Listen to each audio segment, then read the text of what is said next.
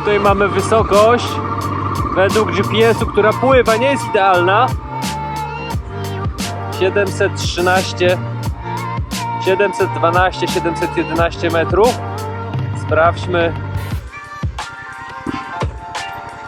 Sprawdźmy to ze znakiem 715. Więc wskazania wysokości nie są aż tak złe, natomiast to się poprawi wraz z zmianą antenki GPS-u.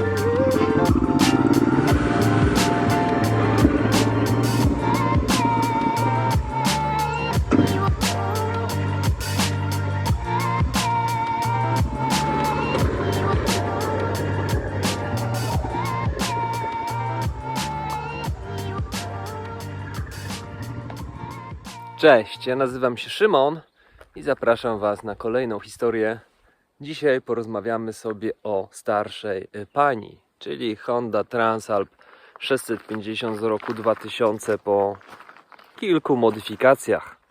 Ogólnie motocykl prezentuje się w tej chwili zupełnie inaczej niż fabryczna Honda Transalp, natomiast spójrzmy na naszą wioseczkę Tola nad jeziorem sztucznym, ale wracajmy do tematu.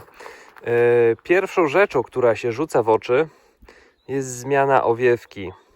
Owiewka jest z rodziny tak zwanej Boano od włoskiej firmy, która budowała rajdówki i wiele osób wspominało mi wcześniej na filmach, że buduje Afrikę Twin. Zostawmy już królową w spokoju. Królowa jest tylko jedna. Dwie lampy, to mi się podoba. To mi przypomina lata dzieciństwa, gdy oglądałem czasem Eurosport u kogoś, kto miał telewizję satelitarną. I ten styl, lata 80., 90. Dakarówek, mniej więcej tym się charakteryzowały. Nie wszystkie, ale też Super Tenere 750, Cagiva bodajże, więc ileś tych motocykli miało podwójne lampy.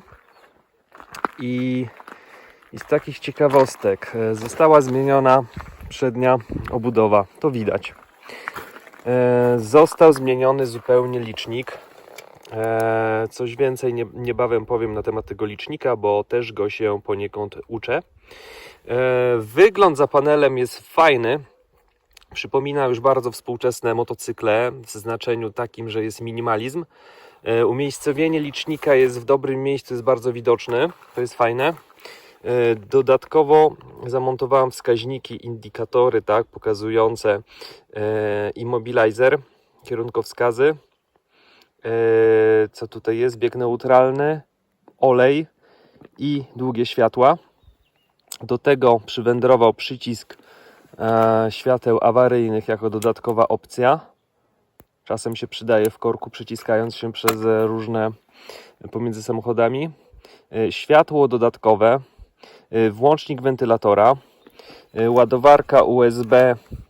Zrobiłem tu kompromis tego typu, że nie lubię takich rzeczy jak ładowarka USB, natomiast dałem zwykłe gniazdo 12V samochodowe i ładowarkę USB. W razie gdy ta ładowarka USB wyzionie ducha w czasie trasy, zawsze mam możliwość wpięcia klasycznej ładowarki samochodowej i to mi może uratować zadek. Lusterka składane, najtańsze jakie były, dokręciłem, docisnąłem troszeczkę i już tak nie latają, ale to nie jest produkt najwyższych lotów. Idąc dalej, co zostało zmodyfikowane? Kto oglądał całą serię odcinków, jest playlista, tutaj na górze zaraz podlinkuję, to wie. Natomiast tak w skrócie, pomocnicza ramka została tutaj obcięta, żeby nic nie szpyciło, nic nie wystawało. Kanapa, nie ma kluczyka, nie ma fabrycznego kluczyka i nie ma immobilizera. Jest kluczyk taki, czyli po prostu tak zwany hebel, włącznik główny zasilania. Cały immobilizer istnieje i został ukryty tutaj. Tutaj zostało zaślepione. Dlaczego? Bo nie mam kluczyka. I otwieram kanapę przy pomocy mojej dźwigni magicznej.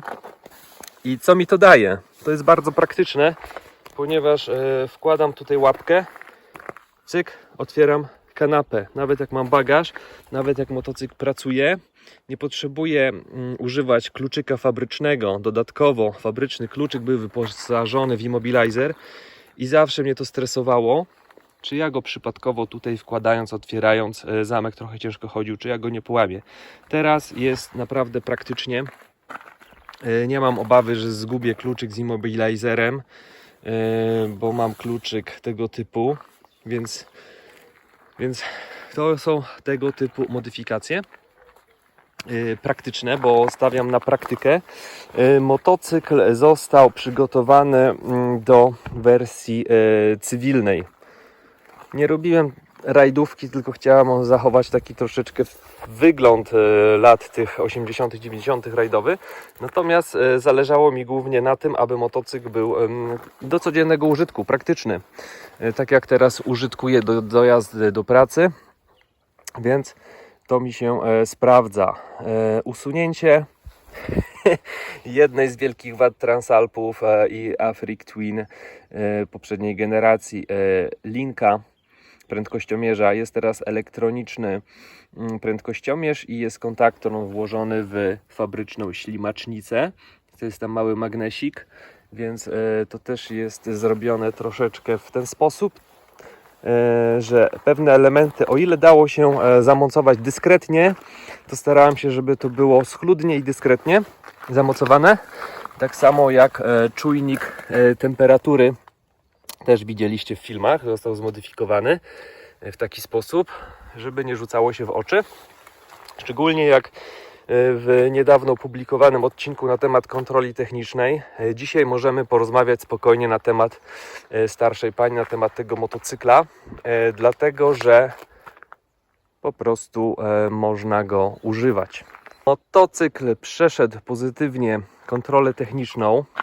Moje największe obawy były dość skrajne, bo nikt nie wiedział, jak ta kontrola techniczna może wyglądać. Modyfikacja dużej części wiązki elektrycznej, wymiana licznika, ale okazało się, że strach ma wielkie oczy. Licznik został zaakceptowany, nikt na to uwagi nie zwracał, a kilometry zostały spisane do systemu. Przy tego typu motocyklach, gdzie przebieg może być 100 tysięcy, 200, 300, nikt tego nie wie, bo stare liczniki się obracały wielokrotnie. To porozmawiajmy na temat kosztów, bo na pewno sporo osób się zastanawia, czy mając taką Hondę Transalp i połamane plastiki, uda się znaleźć coś taniej niżeli fabryczne plastiki, które są w horrendalnych kwotach, bardzo drogie i trudno dostępne, a większość tych wszystkich plastików jest po prostu klejona. Tak i było u mnie. Odpowiem na Wasze pytanie, że nie ma taniego rozwiązania. Sam szukałem takiego rozwiązania przez długi bardzo okres i nie udało mi się znaleźć. Jest na rynku dostępnych kilku producentów, małych manufaktur, które produkują tego typu owiewki. Jest to produkt na zamówienie, tak jak Boano, są też inni producenci, natomiast pytałem większość osób i tylko Boano jest na tyle dużym producentem, że odpowiedział i to sprzedaje. Większość tych firm to jest włoska, czyli trzeba szukać u włoskich producentów. I porozmawiajmy teraz o kwotach po prostu. I co tutaj nam się rzuca? Sobie zapisałem, żeby Wam przedstawić. Kit Boano, stara cena z podatkiem, bo trzeba śledzić tego typu sklepy. Co roku to się wszystko zmienia i nie można bazować na tym, że ja Wam powiem, że w październiku zapłaciłem tyle i tyle samo będzie kosztowało, bo już wiem na tą chwilę, że cena bardzo podskoczyła. Kit Boano, z czego składa się ta oto owiewka, lampy, stelaż i podstawa pod wskaźniki. W pierwszym odcinku mojej serii na playliście jest wszystko to, co uważam do tej pory słusznie opowiedziane. Poniosłem koszt wraz z wysyłką 1182,72 €, więc nie jest to na pewno tanio. Moją propozycją na taki zestaw to by było około 600-700 euro. Myślę, że wtedy byłoby ok. Tak uważam w tym momencie. No natomiast tyle mnie to kosztowało. Dalej idąc, sam licznik, komputer pokładowy, który wybrałem też troszeczkę z epoki, czyli Trailtech Voyager GPS i taki licznik oferuje dość sporo, pomimo swojego wieku. To jest produkt z lat bodajże 2011-12, mniej więcej ten okres początków tego produktu. Obecnie na rynku jest już druga generacja kolorowa z bajerami, natomiast interesowała mnie ta podstawowa, żeby troszeczkę taki efekt zachować tych lat bardziej takich trochę zbliżonych do 90. Prostota, żeby nie było kolorów, żeby nie było połączeń jakichś po prostu z telefonem, jakichś takich zbędnych wodotrysków. I ten licznik kosztował mnie 364 euro 11 centów.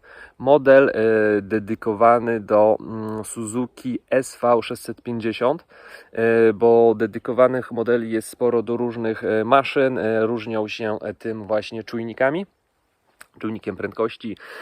Te urządzenia są głównie dedykowane do off-roadu, do kładów, do motocykli.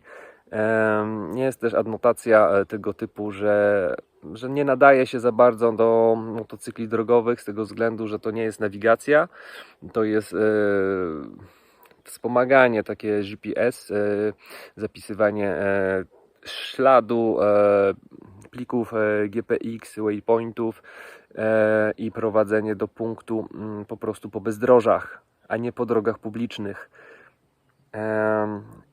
Kolejnym elementem to była eliminacja systemu PAIR, czyli te zaworki takie PAIR, co recyrkulacja spalin, coś takiego.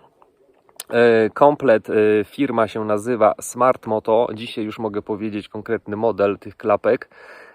BLP 108. Już mogę powiedzieć, bo taką zostawiłem ciekawostkę, że sporo tego szukałem. Naprawdę sporo spędziłem czasu, żeby znaleźć te klapki, bo też nie było wprost napisane, że do Transalpa pasują. Było trzeba poszperać troszeczkę tych numerów katalogowych, żeby porównać z innymi Hondami, faktycznie Varadero i innego typu Hondy, co mają podobne części. Więc te klapki kosztowały mnie 44 euro 90 centów, no w przybliżeniu 45 euro. Następnym kosztem to na pewno były zamówienia z Amazona, tak ogólnie, czyli tutaj rozpisywałem poszczególne elementy, ale ogólnie widzę na fakturze, jest to koszt mniej więcej 160 euro. I co na to się wlicza? Kierunkowskazy, 4 kierunkowskazy LEDowe, lusterka, te tutaj właśnie oto, oprawa bezpiecznika i bezpiecznik 40 A, przełączniki, pstryczki, lakier, zestaw, te puszki, które kupiłem na początku lakieru, żeby pomalować owiewkę, bo początkowa myśl była w ogóle, że ja taki projekt trzasnę w weekend albo dwa i szybko pomaluję owiewkę jeszcze przed moją przeprowadzką, jeszcze gdy mieszkałem w jaskini na poprzednim adresie. Gdybym tam zaczął rozbierać motocykl, to umarłbym w butach. Więc taki zestaw, konektory elektryczne, zaciskarka, to mniej więcej 160 euro. Do tego te moje wskaźniki LEDowe, te wskazujące olej, długie światła, lampki LED, 5 sztuk, tak jak zestaw jest sprzedawany na Amazonie w takich kolorach, już nie wydziwiałem. To jest koszt 9,69 euro, czyli około prawie 10 euro. Kolejnym kosztem, który trudno byłoby w jakiś sposób mi policzyć, wywnioskować, to na pewno kolejne elementy, których nie zapisywałem. Śruby z nierdzewki, izolacja, taśma izolacyjna, rurki termokurczliwe, Cyna, California, ta stacyjka moja, kluczyki do stacyjki, to tak szacuję około 100 euro, chociaż mówię, to może być nawet i dużo więcej, bo te ceny tutaj na Korsyce są dość wysokie za takie bajery. Pamiętam, za garść tych śrubek, tych co mam owiewkę przykręconą, zapłaciłem około 30 euro. Po prostu w sklepie z łódkami jako inox śrubki, bo inaczej musiałbym zamawiać przez internet i płacić dodatkowo przesyłkę i czekać długo, więc koszty rosną. Zamówiłem też dwie te dźwigienki. Jedną użyłem do otwierania kanapy tutaj schowaną, drugą niebawem użyję tutaj schowaną pod gaźnikiem do ssania docelowo. I te dźwigienki kosztowały mnie, już tutaj sprawdzam, mam wszystko zapisane, 65 euro 16 centymów. To są dźwigienki z przesyłką. Przycisk, aha, widzicie, dobrze, że wszystko mam zanotowane. Przycisk świateł awaryjnych, ten czarny tutaj, który na początku kupiłem, przycisk świateł awaryjnych za parę tam euro, 3 euro bodajże, taki czerwony, co widać często, gęsto na aukcjach Allegro i innych, że super przycisk. Musiałem go usunąć, do niczego się nie nadawał. Ten przycisk kosztował mnie 12 euro z przesyłką. I jeszcze ważna rzecz, na którą niektórzy mogą nie zwracać uwagi.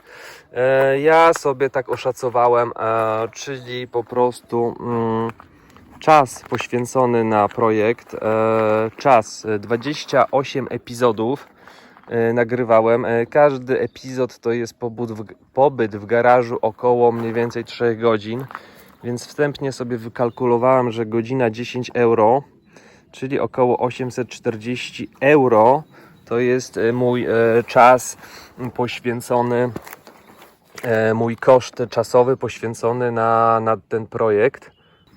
I teraz tak, koszt wyliczony na podstawie zachowanych faktur za same materiały, około, w przybliżeniu, to jest 1938 euro 58 centów. Są to rzeczy, które pamiętałem, które zapisałem i które udało mi się sprawdzić, ile mnie to kosztowało. Koszt szacowany własnej pracy, trudno mi to wycenić tak jednoznacznie, ale to jest tak z wyliczenia 840 euro, mniej więcej 900 euro.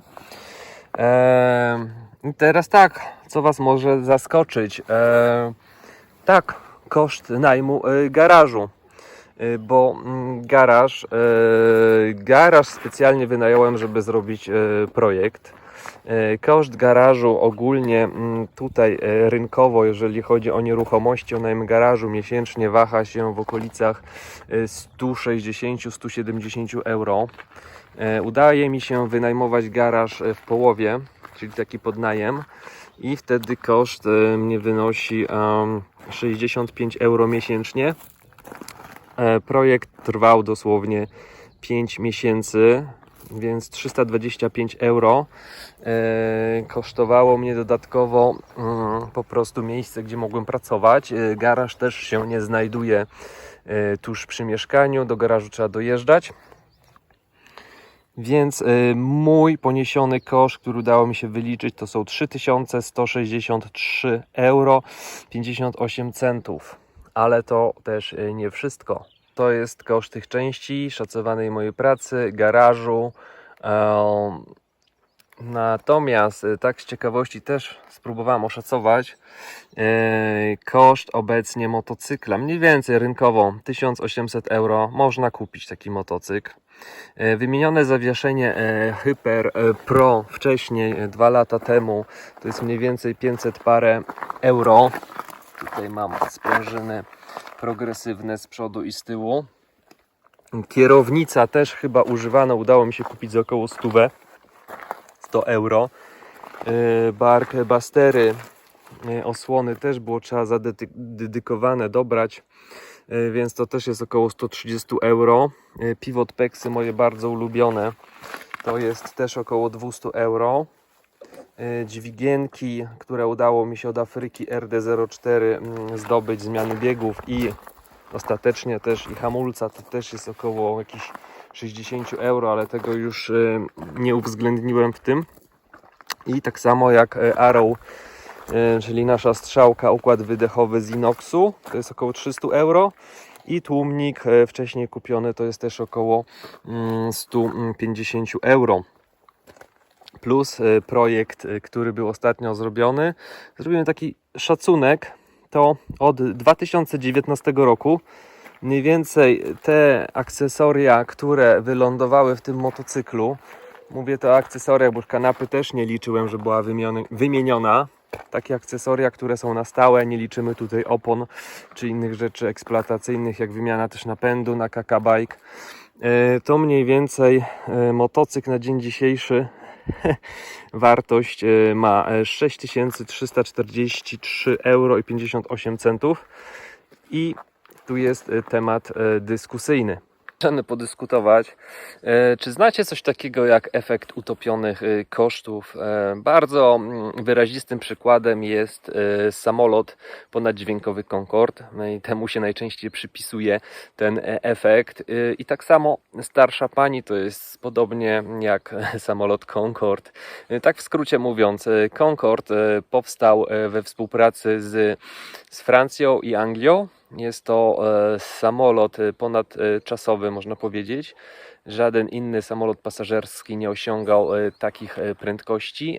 Powstał w latach 60. projekt i był używany do lat 2000, tak, po 2001 bodajże już przestał latać. Dlaczego? Bo już na samym etapie tego projektu Concorde okazywało się, że nakład pracy jest tak duży, tak kosztowny, że nie wiadomo, czy ten samolot będzie na tyle na siebie zarabiał. Później też okazało się, że spalanie paliwa, a wytwarzany hałas i niedostępność tras lotniczych, bo też nie mógł latać z pełną prędkością nad kontynentem, mógł latać tylko nad morzem, oceanem, więc to określało tylko parę tras. Bilety były drogie, tylko zamożni klienci mogli tego używać.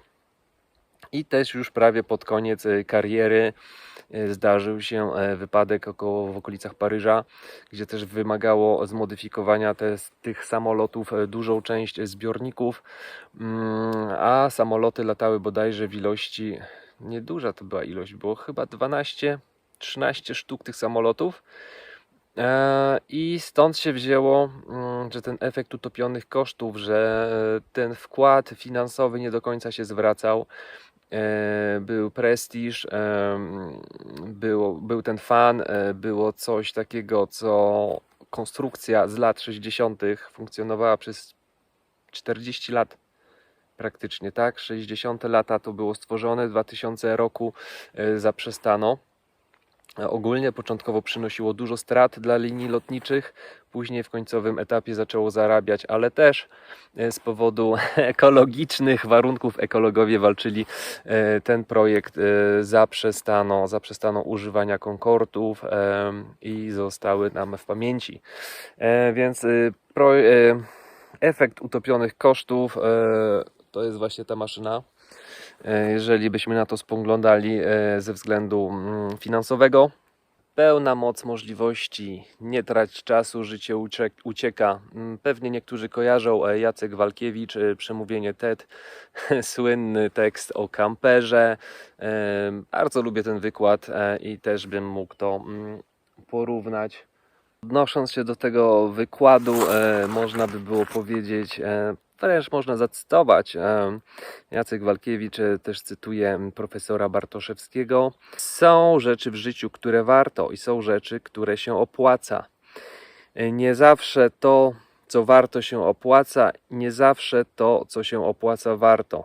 Więc nie opłaca się przerabiać starego motocykla za koszt ponad 3000 euro, którego poddanie kontroli technicznej jest wątpliwie w obecnych czasach, przy obecnych przepisach.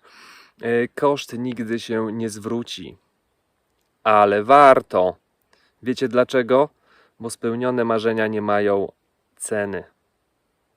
Bycie bohaterem swojego życia to akt odwagi, a ja bym powiedział w moim odczuciu po swojemu, bądź sobą i twórz własne historie. I też zgadzam się jak najbardziej z tą wypowiedzią. Ja wam powiem, gdzie zapadła decyzja o modyfikacji starszej pani. Nie w głowie, w sercu. Bo te prawdziwe projekty realizuje się z pozycji serca, nie z pozycji umysłu. Bo tam jest czysta kalkulacja i tam się opłaca lub się nie opłaca. Ostatni element to zaangażowanie. Życie, cały etat z pasją. Życie, gdzie człowiek czuje smak tego, co się dookoła niego dzieje. Teoretycznie każdy projekt nigdy nie jest skończony, zawsze z otwartą kartką.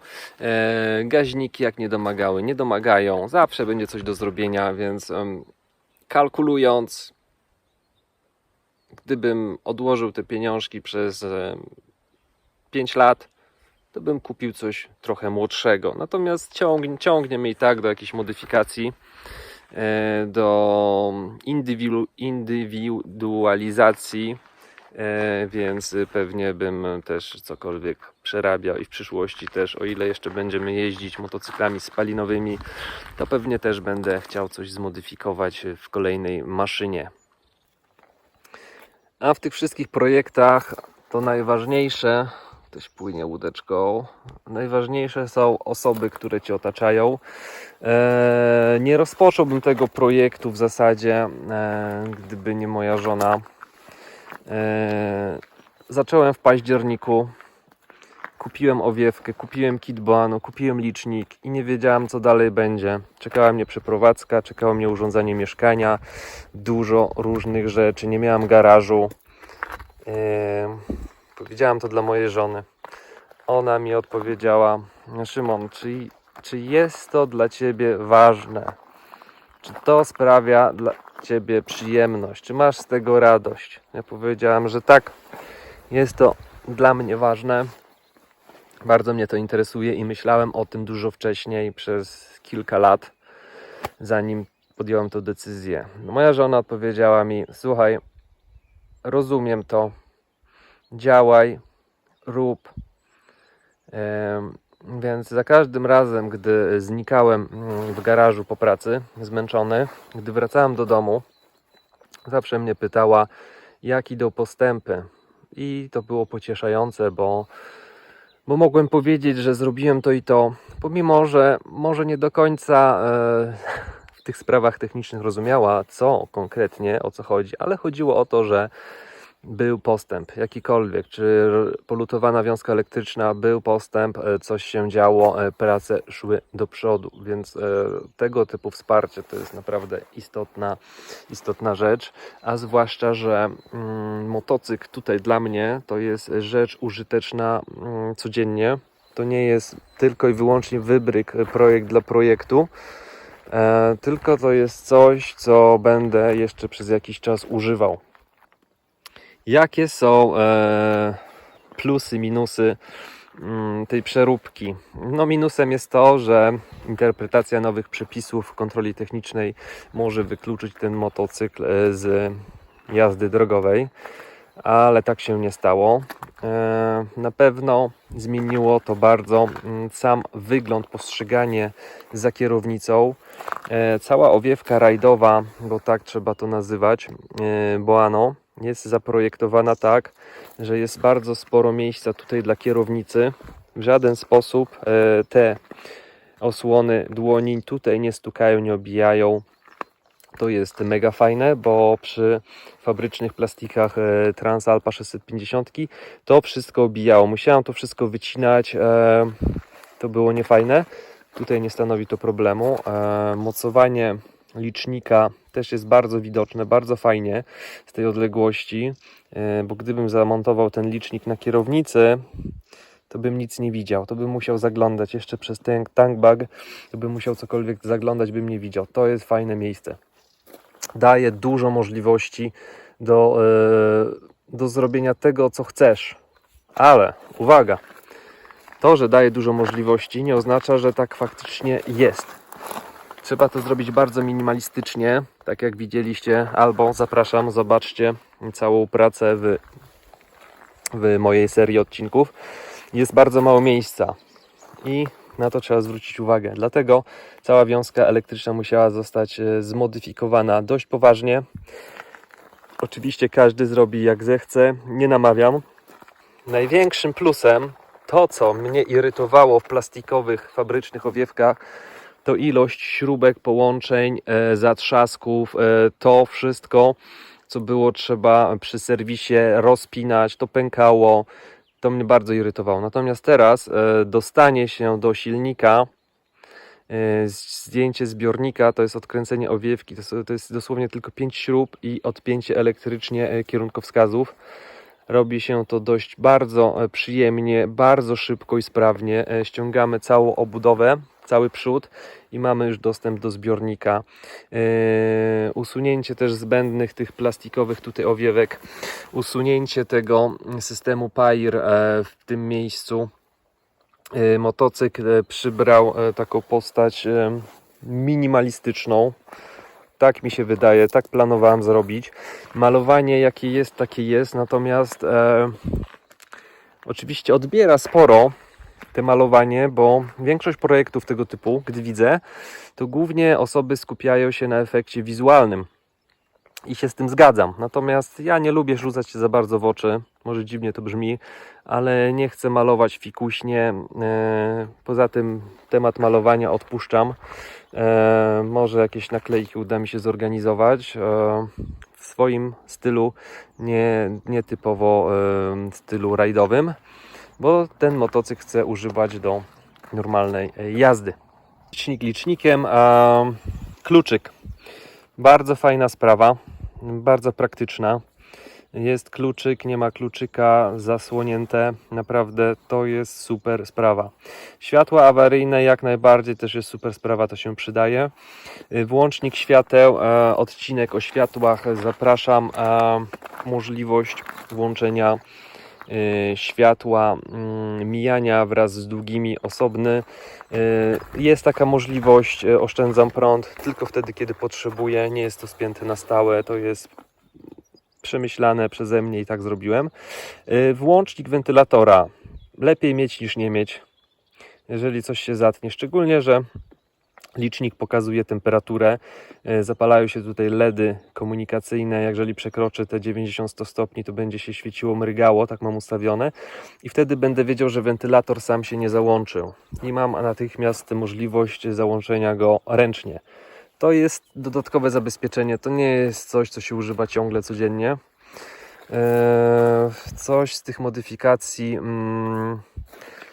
to zobaczcie w mojej całej serii, bo można by było mówić dużo, na pierwszy rzut oka nie widać tego, ale było sporo przy tym roboty. Jeżeli ktoś by mnie zapytał, jak ta owiewka rajdowa sprawdza się jako owiewka za kierownicą z ochroną przeciwwiatrową, powiem tak. Powiem to, co myślę i powiem tak, jak jest. Nie będę tutaj słodził, czarował, bo nie mam nic z tego. Owiewkę omawiałem stan wykonania w pierwszym odcinku, natomiast za kierownicą. Owiewka nie przeszkadza, jeżeli chodzi o widoczność. Tu można nawet sobie coś zamontować. Tu zupełnie nie przeszkadza. Natomiast jeżeli chodzi o ochronę przed wiatrem, tej ochrony w zupełności nie ma. Już pokazuję w tym momencie. Gdy głowę mam na tej wysokości, schyloną mocno, to czuję, że jest ochrona przed wiatrem. Natomiast gdy mam głowę normalnie, w kasku, to jest dziwne uczucie jadąc, że tutaj w tym miejscu, przypatrzcie się, jest to wywinięte i teoretycznie nie wiem, czy to jest wywinięte specjalnie, czy tylko po to konstrukcyjnie, czy też estetycznie. Natomiast co się dzieje? To nie zatrzymuje wiatru. To sprawia turbulencję. Na twarzy czuję po prostu takie pulsacyjne uderzanie wiatru. Gdy odchylę głowę obok tej owiewki w ten sposób, to czuję, że wiatr dmucha inaczej, tak jakby ciągle. Natomiast z tej owiewki wydobywa się ten tak jakby wir, oderwanie strugi powietrza i to jest takie uczucie jak w jacuzzi, czyli tak jakby masowało twarz tym wiatrem.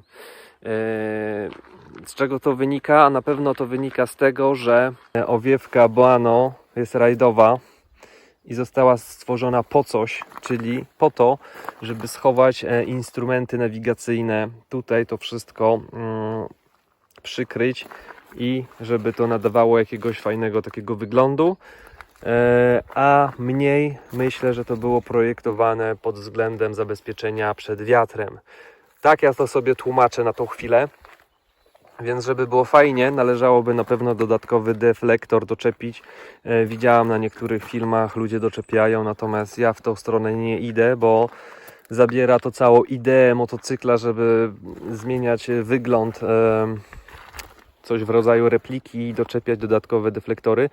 Mi to na tą chwilę aż tak mocno nie przeszkadza, dlatego że ten motocykl przerabiałem pod te oto warunki, gdzie jeżdżę, zwiedzam z niedużymi prędkościami. Latem są duże upały. Jest już po zachodzie słońca. Sprawdźmy temperaturę. 19 stopni. Teraz tak, można zobaczyć światła, jak działają. Załączmy sobie dodatkowe oświetlenie. Działa. To wszystko sobie działa. Uruchamiamy maszynkę. Temperatura silnika 40 stopni. Wszystko gra. I można wracać do domciu. Zobaczymy też mapę. Widzicie mapę? Jak to wygląda?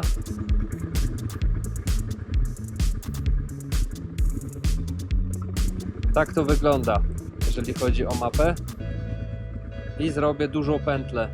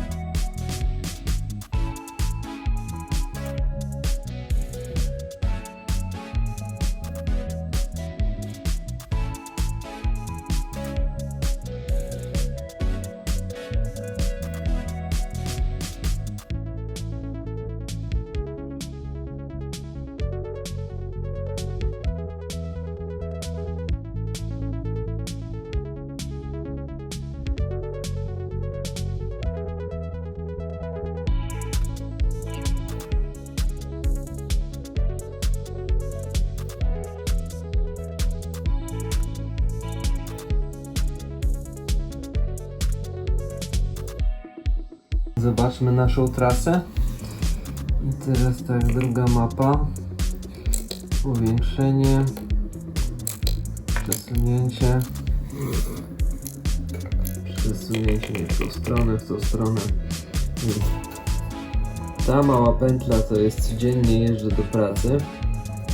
A dzisiaj pojechałem tak, taka duża 8 powstała. I tak wróciłem.